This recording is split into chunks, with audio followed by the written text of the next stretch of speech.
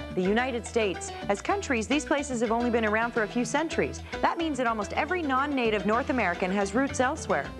And a good example of that is this, sent to us by Atul Rao, a young man from Toronto. He made a pilgrimage to India and sent us this extraordinary package. Not just a videotape, his journal as well. Wow, his journal. This is great and remarkably personal. Which makes today's episode just a little special, because not only are we going to see India through Atul's viewfinder, we're also going to be hearing his thoughts and impressions from his journal. Wow, that sounds great. But how come you got to read his journal and I didn't? Because I'm the reliable, trustworthy host.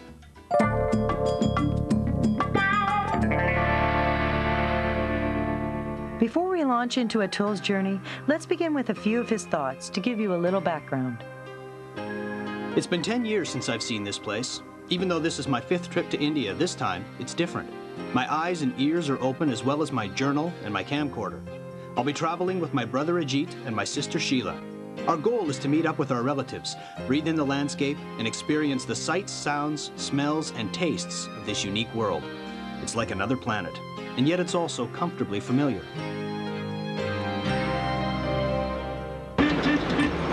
Monday, August 2nd. This was my first real taste of Bombay. It was crazy pouring rain, just non-stop. The streets were filthy and flooded. The place was crowded and confusing. All around me was the sound of car horns, people yelling, interesting smells at every turn. All these stimuli were more intense than anything I've ever experienced. New York looks like Espanola in comparison.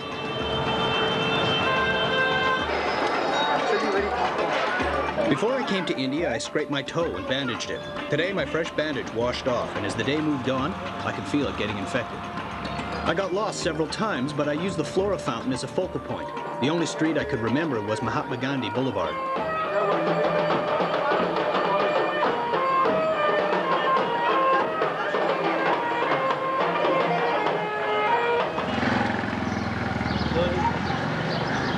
Like in most other Indian towns, I saw cows roaming around free as citizens. We not only have stray dogs and cats, but stray monkeys and cows too. Smile, you're on TV. What? You're on TV. It's okay, I'm the only one who's going to be watching this anyway. My sister Sheila and I arrived in Bombay just in time to celebrate the big festival with my father's side of the family, the Nakates. That evening, my uncle Shrirana, whom I call Uncle S, gave me a brief rundown on how everyone was doing. In turn, I gave everyone a rundown on Atul's life.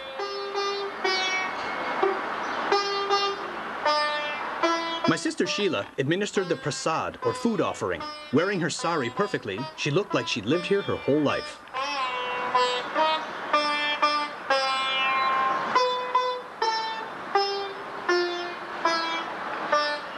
I have been privileged to witness the new generation of Nakates. My new second cousin, Mukund, has just been born. His father is my cousin Sushil. Sushil is the son of my uncle Dirna, whom I call Uncle D. Seeing this new generation was one of the greatest thrills of my entire trip. After I visited with a member of the new generation of the Nakates, I learned about the older generation from Uncle S. In the 19th century, the Nakates were landowners who hired sharecroppers, and my great-great-grandfather ran their village on every level. My father, the youngest of 5 brothers, was born in 1937. My grandmother died giving birth to him. In 1920, Shrirana was born. Then in 1924 came Gopana, then Dirana in 1927. And shortly after that came Ramana. My uncle Ramana would be the last child to know my grandmother.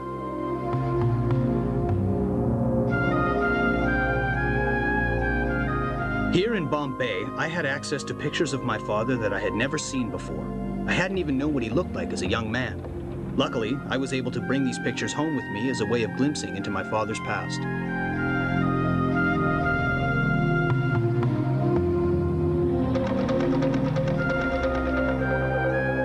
After my parents got married in Kolhapur, they moved to Houston and were part of just a handful of Indians on the entire continent.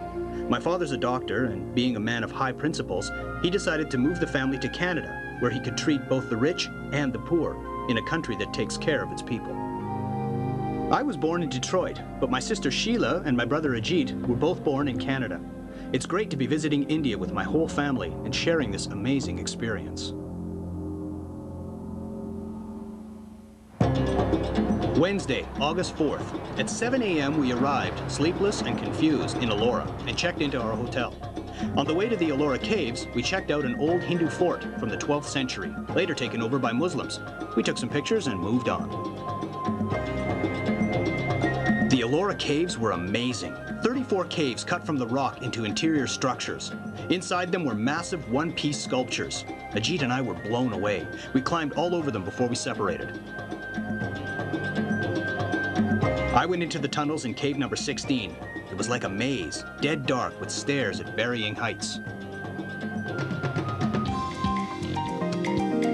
I joined up with Ajit again, and together we made etchings off some pillars in the Buddhist caves. Then we were given a small tour by some guy hanging around the Jain caves.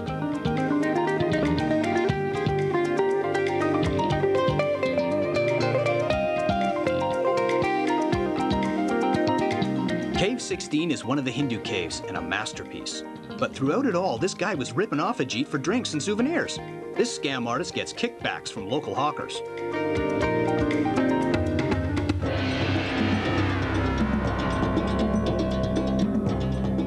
I paid 100 rupees for an antique coin that Ajit paid only 50 rupees for. So now it was my turn to get ripped off. And on that note, let's depart from Atul's journey for a minute and talk a bit about this very relevant travel topic. Taxi!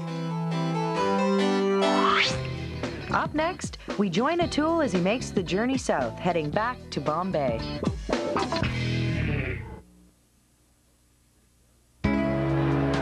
When we last left Atul, he was exploring the famous temples of Ellora. His next stop, another set of rock-cut temples on the island of Elephanta. They're an important Hindu site, and visiting them helped Atul rediscover his faith. Sunday, August the 8th. In India, monkeys are like squirrels. They're everywhere. Some students threw bread on the ground and thousands of monkeys, young and old, came running from the Elephanta forest. These amazing creatures are sacred in Hindu mythology, representing pure devotion. The Elephanta caves were amazing. There are many caves here, but there is one main cave with large sculpted panels, all relating to Shiva. I got furious about the extensive damage caused during the 16th century when the Portuguese army used them for target practice and covered them in graffiti. They can no longer be used as temples because they are now impure. But then I also learned a great deal about Shiva here and a whole cosmology that has remained constant over thousands of years. Tuesday, August 10th. I was promptly up at 5 a.m. again. Uncle R and Sudindra, my cousin I haven't seen since 1971, took Sheila and I to the train station. We boarded a train headed for Kolhapur, where my mother's family can be found. I'm writing this from the train. The actual journey is picturesque. We're traveling through the huge Maharashtrian mountains. It's all greenery, waterfalls, and untouched land.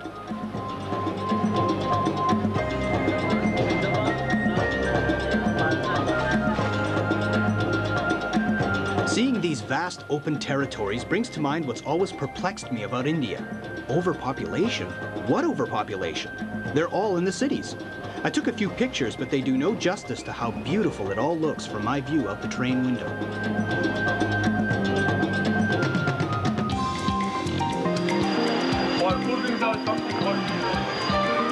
Yeah, just get a soda. No time? Even with the occasional break, it's still a tough 12 hours. We're now passing through the mountain villages of Kanara and Lonavala. I hit rock bottom when I had to use the toilet in the train. It all just goes on the tracks. Well, it was a long and taxing journey. Traveling India by train is a trying experience at the best of times. But for Atul, stepping off in Kolhapur and meeting up with his family again made the experience more than worthwhile. I'm at the Chipade house now. The Chipades are my mother's side of my family and have maintained a strong presence in Kolhapur for centuries. We received a warm, friendly, and affectionate greeting. We get maximum attention at all times. Sheila and I have a beautiful room with a balcony that connects to Mom and Dad's room. I was following most of their conversation in Marathi, but they seem to think there would be a language problem. They are concerned because I never answered in Marathi. I'll definitely need a few days to adjust. To everyone's surprise, I loved Kolhapur. It's an overlooked city with its own inherent charm. I didn't find any tourist traps or aggressive hawkers here, just everyday people living their everyday lives.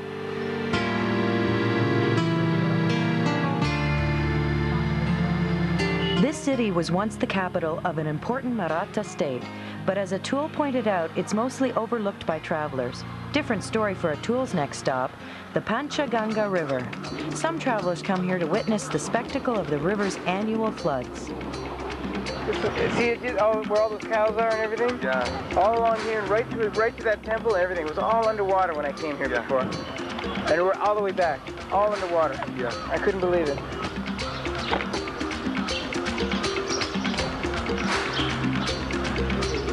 This was all underwater. Every year during the flood.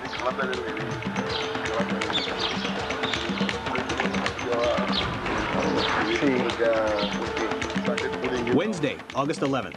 Deepak and Sulba took Sheila and I to the Panchaganga River. Its literal meaning is the biggest river of 5. The monsoon has caused this river to flood twice this year. I saw a temple, several houses, and a road submerged. The Panchaganga River is sacred, as it originates from the Himalayas. Like the Ganges, the ashes of ancestors flow through these waters. Holy baths and religious processions all take place here. For thousands of years, life and religion has thrived along the banks of the Panchaganga. Next, we headed back into the streets of Kolhapur. Yeah. Oh. Okay, I have to go.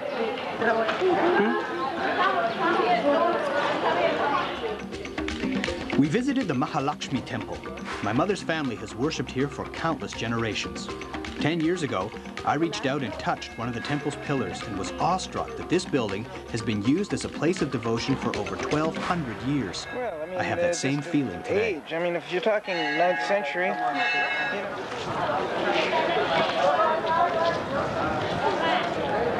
The fact that the temple has existed for over a millennium doesn't seem to faze my family at all. We worship here just like our ancestors have always worshipped here. It's just part of everyday life. Sunday, August 15th. We left at 7 a.m. for the bus, which didn't arrive until 8:30 a.m. We stopped for breakfast at a place full of flies and drove on. My cold has tormented me and tortured me. This is the worst cold I've had since my friend Andrew left his used tissues in my car. But besides that, the drive was beautiful. The south is more tropical and is full of coconut trees, rocky mountains, hills, and water.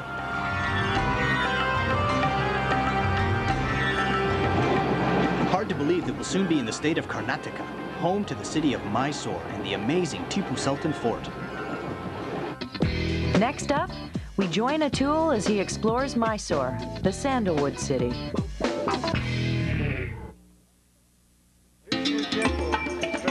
When we last left Atul, he was en route to Mysore, and after a good long journey, he had arrived just outside the city. He was tired, hungry, and weary, but ready to explore once again. Monday, August 16th, we arrived at Sri Rangapatna Temple, built in 800 AD. It is a Vishnu Mahalakshmi temple. We did 3 pujas, which are devotional offerings, while walking through the winding corridors and courtyards.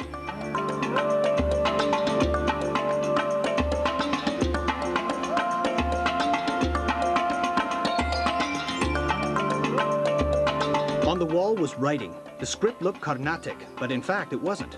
However, I was anxious that I couldn't get my bag out of the trunk of the bus. I wanted to get my journal to shade the pillars. The designs were intricate and even more intact than the Umbabai temple. Our next stop was the remains of the Tipu Sultan Fort. Tipu Sultan ruled Mysore in the 17th and 18th centuries. The Sultan was an ambitious military man who overthrew the Maharaja in the 17th century. But the British crushed the Sultan's son in the late 18th century and gave Mysore back to the Maharaja.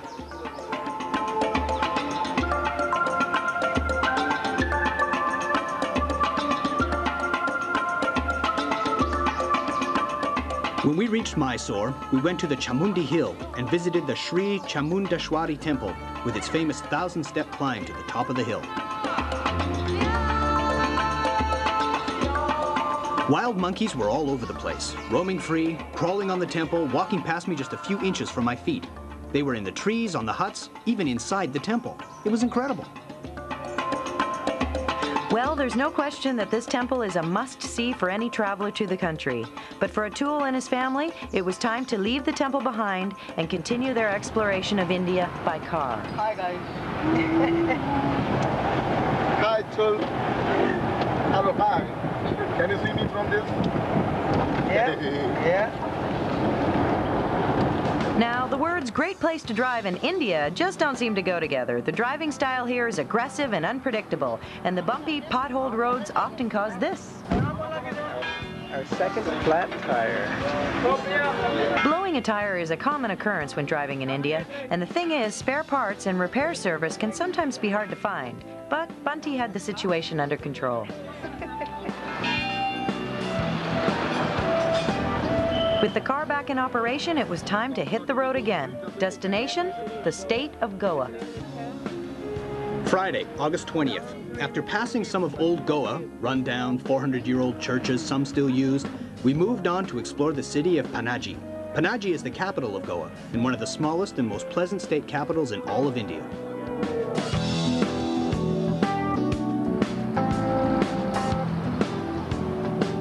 In Panaji, we visited Donapala Beach, a beautiful rocky beach with a high lookout point. We took some shots and saw where the Portuguese landed in 1510.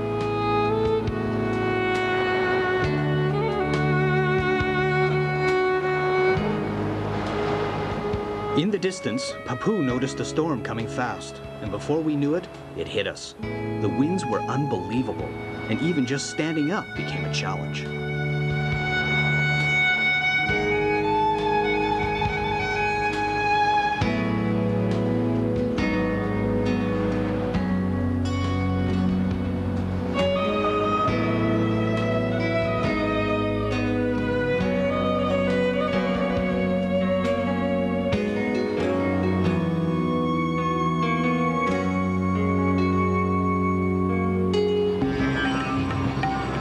Monday, August 23rd.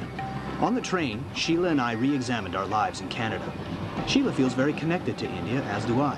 We'll come at least every 2 years, if not every year. I've seen so little of India, and yet I feel like I've seen a lot. I've discovered that the people here have adapted to whatever's been thrown at them, and that they also give more than they receive. I'm lucky that my roots are buried deep here, like the foundations of the temples, like the traditions of my family. I'd like to believe that India exists everywhere, but in a sense it does. I'm living there right now, in my mind and in my heart.